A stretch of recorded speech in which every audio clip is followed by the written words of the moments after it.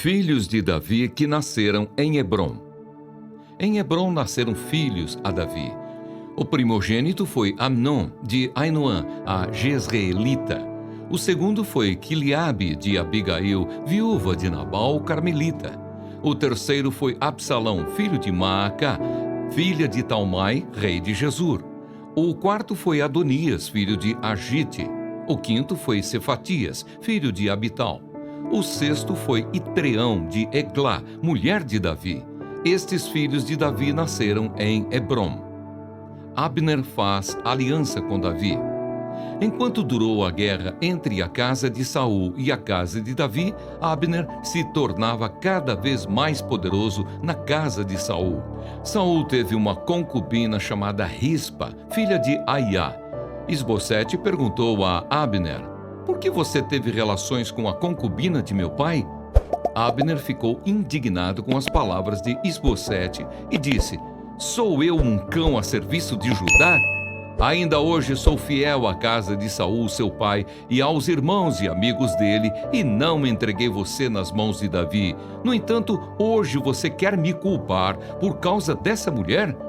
Que Deus me castigue se eu não fizer por Davi o que o Senhor lhe prometeu, transferindo o reino da casa de Saul e estabelecendo o trono de Davi sobre Israel e sobre Judá, desde Dan até Berseba." E Isbosete não pôde dizer nada a Abner, porque tinha medo dele. Então Abner enviou mensageiros a Davi, dizendo: "De quem é a terra?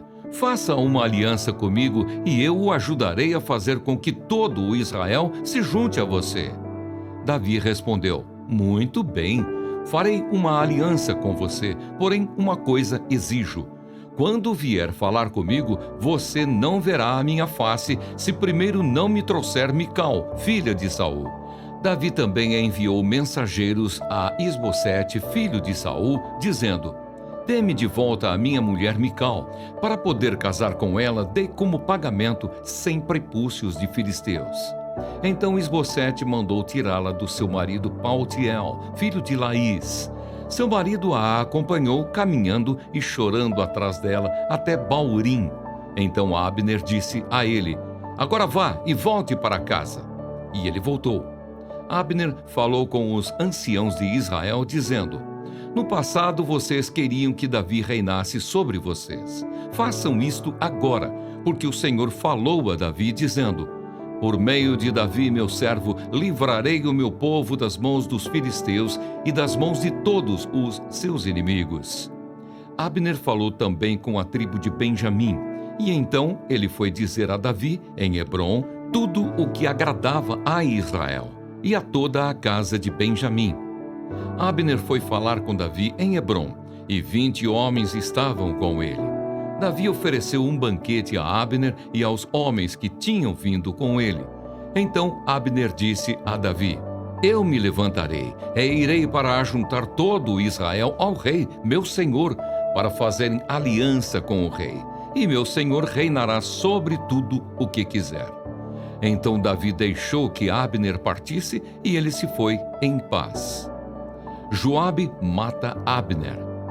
Eis que os servos de Davi e Joabe vieram de uma investida e traziam consigo grande despojo. Mas Abner já não estava com Davi em Hebrom, porque este o havia deixado ir embora, e ele tinha ido em paz.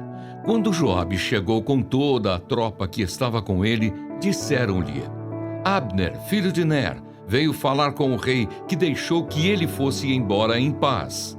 Então Joabe foi falar com o rei e lhe disse: "O que foi que o Senhor fez? Eis que Abner esteve aqui e o Senhor o deixou ir embora. Agora ele se foi. O Senhor bem conhece Abner, filho de Ner. Veio para enganá-lo, para observar os seus movimentos e sondar todos os seus planos." Ao sair da presença de Davi, Joabe enviou mensageiros atrás de Abner, e eles o trouxeram de volta desde a cisterna de Sirá, sem que Davi o soubesse. Quando Abner voltou a Hebrom, Joabe o levou para um lado, no interior do portão da cidade, para lhe falar em segredo, e ali o feriu na barriga.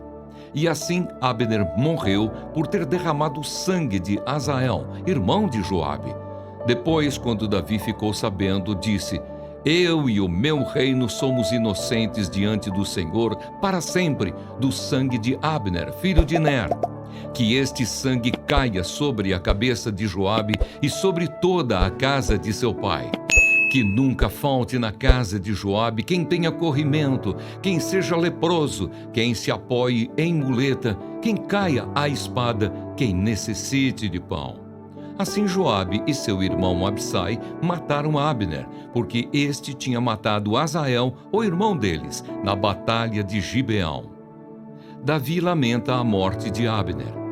Então Davi disse a Joabe e a todo o povo que estava com ele: Rasguem as suas roupas, vistam-se de panos de saco e façam lamentação por Abner. E o próprio rei Davi ia seguindo o caixão. Sepultaram Abner em Hebrom. O rei levantou a voz e chorou junto à sepultura de Abner. E todo o povo também chorou. E o rei fez a seguinte lamentação por Abner: Por que Abner teve de morrer como se fosse um tolo? As suas mãos não estavam atadas, nem estavam acorrentados os seus pés. Você caiu como quem cai diante dos filhos da maldade. E todo o povo chorou muito mais por ele. Então todo o povo veio fazer com que Davi comesse pão, sendo ainda dia. Mas Davi fez este juramento: Que Deus me castigue severamente se eu provar pão ou qualquer outra coisa antes que o sol se ponha. Todo o povo notou isso e aprovou essa atitude, assim como aprovava tudo o que o rei fazia. Naquele dia, todo o povo e todo o Israel ficaram sabendo que o rei não tinha nada a ver com a morte de Abner, filho de Ner. Então o rei disse aos seus servos: Saibam que hoje caiu em Israel um príncipe e um grande homem. Hoje sou fraco, embora ungido rei. Esses homens, os filhos de Zeruia, são mais fortes do que eu. Que o Senhor retribua ao que fez esse mal como ele merece. Oração de um aflito. Oração do aflito que, desfalecido, derrama a sua queixa diante do Senhor. Ouve, Senhor, a minha súplica e cheguem a ti os meus clamores. Não escondas de mim o teu rosto no dia da minha angústia. Inclina-me os ouvidos no dia em que eu clamar, responde-me depressa.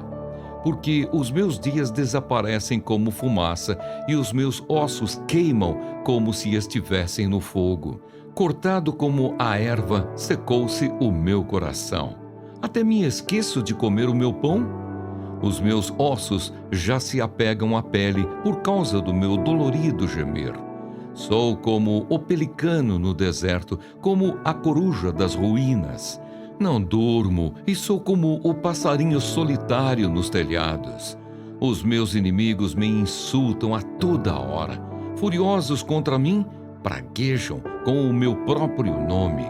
Por pão tenho comido cinza e as lágrimas se misturam com a minha bebida por causa da tua indignação e da tua ira, porque me elevaste e depois me abateste. Como a sombra que declina, assim são os meus dias, e eu vou secando como a relva. Tu, porém, Senhor, permaneces para sempre, e a memória do teu nome de geração em geração. Tu te levantarás e terás piedade de Sião. É tempo de te compadeceres dela, e já chegou a sua hora. Porque os teus servos amam até as pedras de Sião e se compadecem do seu pó. Todas as nações temerão o nome do Senhor e todos os reis da terra temerão a sua glória, quando o Senhor reconstruir Sião e se manifestar na sua glória, quando atender à oração do desamparado e não desprezar as suas preces. Isto ficará registrado para as gerações futuras, e um povo que há de ser criado louvará o Senhor, dizendo: O Senhor do alto do seu santuário, desde os céus, olhou para a terra a fim de ouvir o gemido dos cativos e libertar os condenados à morte. Em Sião será anunciado o nome do Senhor e o seu louvor em Jerusalém, quando se reunirem os povos e os reinos para servirem o Senhor.